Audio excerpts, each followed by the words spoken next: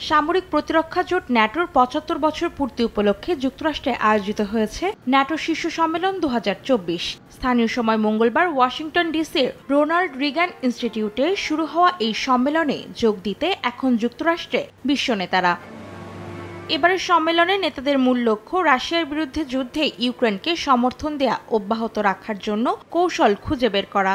ন্যাটোর ৭৫তম শীর্ষ সম্মেলনের উদ্বোধনী অনুষ্ঠানের বক্তব্যে মার্কিন প্রেসিডেন্ট জো বাইডেন বলেন, রাশিয়া চায় ইউক্রেনকে সম্পূর্ণ পরাস্ত করে দেশটির গণতন্ত্র ও সংস্কৃতিকে ধ্বংস করতে, তাই কোনো ভুল পদক্ষেপ না নেওয়ার পরামর্শ দেন তিনি। বাইডেন বলেন, ইউক্রেনই পারবে পুতিনকে থামাতে।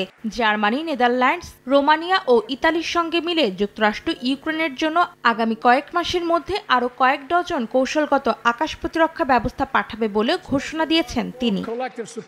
এদিকে ট্রাম্প আবার ক্ষমতায় এলে কি হতে পারে সেটা অন্যতম আলোচনার বিষয় এবারের সম্মেলনে। বিশ্লেষকদের মতে নভেম্বরের প্রেসিডেন্ট নির্বাচনের আগে এই সম্মেলন বাইডেনের জন্য এক অগ্নিপরীক্ষা।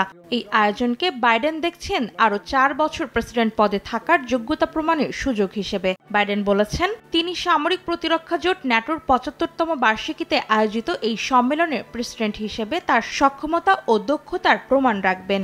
অর্ধেক পাউডারে দ্বিগুণ উজ্জ্বলতা, নতুন রিন অ্যাডভান্সড অর্ধেক পাউডারে দ্বিগুণ উজ্জ্বলতা।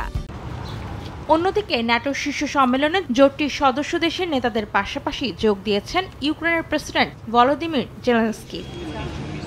অন্তরা সেন, সময় সংবাদ।